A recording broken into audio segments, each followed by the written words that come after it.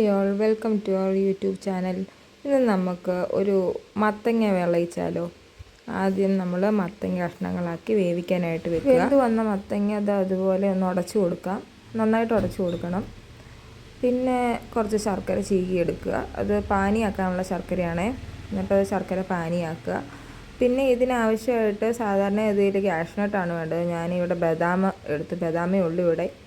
പിന്നെ നെയ്ക്കകത്തിട്ട് അത് ജസ്റ്റ് ഒന്ന് ഇതാക്കി എടുക്കുക.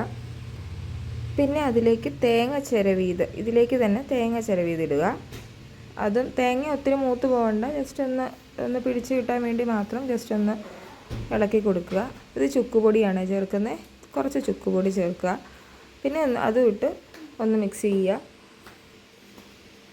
ജസ്റ്റ് ഒന്ന് മിക്സ് ആവാൻ വേണ്ടി മാത്രം. എന്നിട്ട് ഇതിൻ്റെ അകത്തേക്ക് നമ്മൾ ആ വേവിച്ച് വെച്ചിരുന്നത് മത്തങ്ങ ചേർത്ത് അതും കൂടെ ഇട്ട് മിക്സ് ചെയ്യുക. നന്നായിട്ട് മിക്സ് ആവണം. ഈ തേങ്ങയും ബദാമും എല്ലാം കൂടെ ഈ മത്തങ്ങയിലേക്ക് മിക്സ് ആയതിനു ശേഷം ഈ ആക്കി വെച്ചിരിക്കുന്ന ശർക്കരപ്പാനി ചേർത്ത് കൊടുക്കുക. പിന്നെ ശർക്കരപ്പാനിയും ഇതും കൂടി ഇട്ട് ഇളക്കുക. നന്നായിട്ട് ഈ ശർക്കരപ്പാനിയും തേങ്ങയും മത്തങ്ങയും ഇതെല്ലാം കൂടി ഒന്ന് പിടിച്ച് വരാൻ വേണ്ടിയിട്ട്.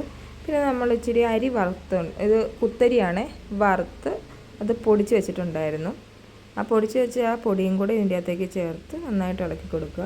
നമ്മുടെ മത്തങ്ങ വിളയിച്ചത് റെഡി ആയിട്ടുണ്ട്. നല്ല ടേസ്റ്റിയാണ്. ഇഷ്ടപ്പെട്ടെങ്കിൽ എല്ലാവരും സബ്സ്ക്രൈബ് ചെയ്യണേ.